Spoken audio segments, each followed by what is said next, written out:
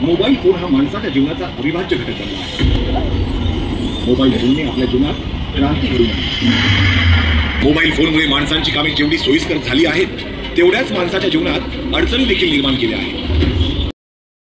स्वागतम, सुस्वागतम। Azad sports club भांडुपगाव सर्व गणेश भक्तांचं हार्दिक स्वागत करीत आहे। दरवर्षीप्रमाणे याही वर्षी आमचं मंडळ आपल्या समोर समाजातील जटिल समस्या या सजावटीद्वारे मांडत आहे। संपूर्ण जगातील सर्वाधिक प्राणी तो म्हणजे मानव। त्याने याच बुद्धीच्या जोरावर अनेक शोध लावले। त्यातील सर्वात महत्वाचा शोध म्हणजे आगीचा आणि चाकाचा। शोध घेत घेत तो जंगलातील गुहा सोडून घरं बांधून राहू लागला। अन्न, वस्त्र, निवारा या माणसाच्या मूलभूत गरजा। त्यात आता अजून एका वस्तूची भर पडली, ती म्हणजे मोबाईल।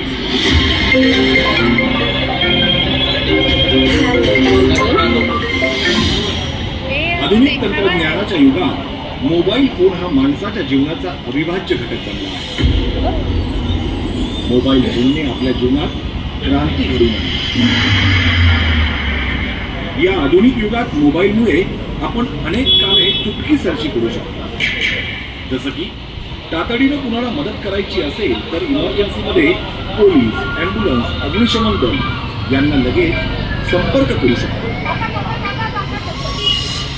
तसेच जगाच्या पाठीवर कोणालाही पैसे पाठवायचे असतील किंवा तातडीनं कोणाला निरोप द्यायचा असेल तर काही वेळात हे काम होतं। मोबाईल फोनमुळे माणसांची कामे जेवढी सोयीस्कर झाली आहेत तेवढ्याच माणसाच्या जीवनात अडचणी देखील निर्माण केल्या आहेत। जसे की सार्वजनिक ठिकाणी मोठमोठ्याने बोलणे, अश्लील SMS पाठवणे, अपघाताची तमा न बाळगता वाहने चालवताना त्याचा सर्रास वापर करणे। पूर्वीच्या काळी माणसांची सकाळ कोंबड्याच्या हरवण्याने किंवा घड्याळाच्या अलार्मने होत असे।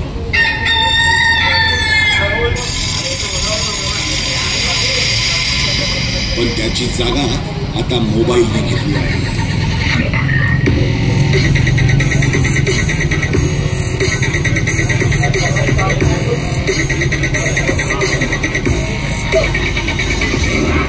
पूर्वी माणूस अंधारात रस्ता शोधण्यासाठी मशालीचा वापर करत होता। कालांतरानं त्याची जागा टॉर्च लाईटने घेतली। पण आता त्याच टॉर्च लाईट कालबाह्य होऊन त्याची जागा सुद्धा मोबाईलने घेतली आहे। पूर्वी माणसं एकमेकांना संदेश पाठवण्यासाठी टपालाद्वारे पोस्टाचा वापर करतात।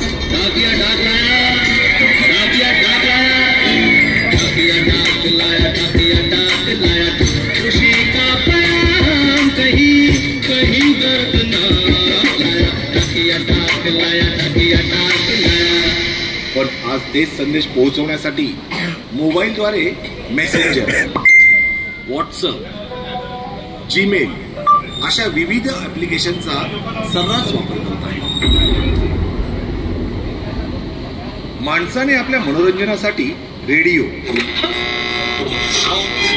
टेप रेकॉर्डर, लाल दुपट्टे वाली तेरा नाम तो बता, टीव्ही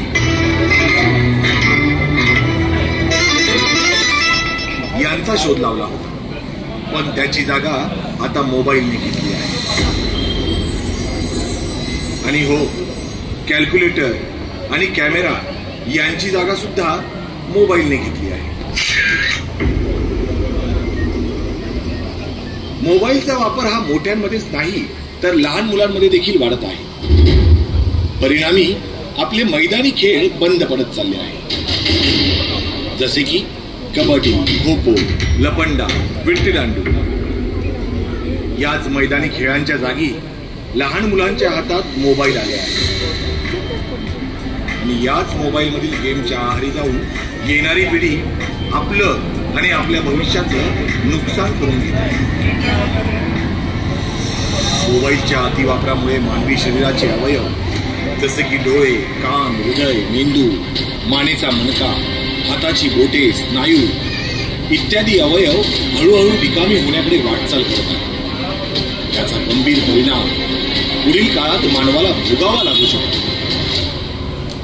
आणि मग तेव्हा या मोबाईलचा नक्कीच विचार करावा लागेल. याच मोबाईल, हो याच मोबाईलने माणसातील भेटीगाठी, मैत्री, जिव्हाळा, नातीगोती, आठवणी, सुखसमाधान सगळंच काही हिरावून घेतलंय. आणि एवढं सगळं हिरावून घेतल्यानंतरही हाच मोबाईल स्मार्ट बनत चाललाय. बदलणाऱ्या जगावर याचा असा परिणाम होऊ लागला की माणूस वेडा आणि फोन स्मार्ट बनू लागलाय. जोपर्यंत फोन वायरने बांधला होता माणूस स्वतंत्र होता, परंतु आता हाच मोबाईल स्वतंत्र झाला आणि आपण माणसं त्याला बांधले गेलो आहोत.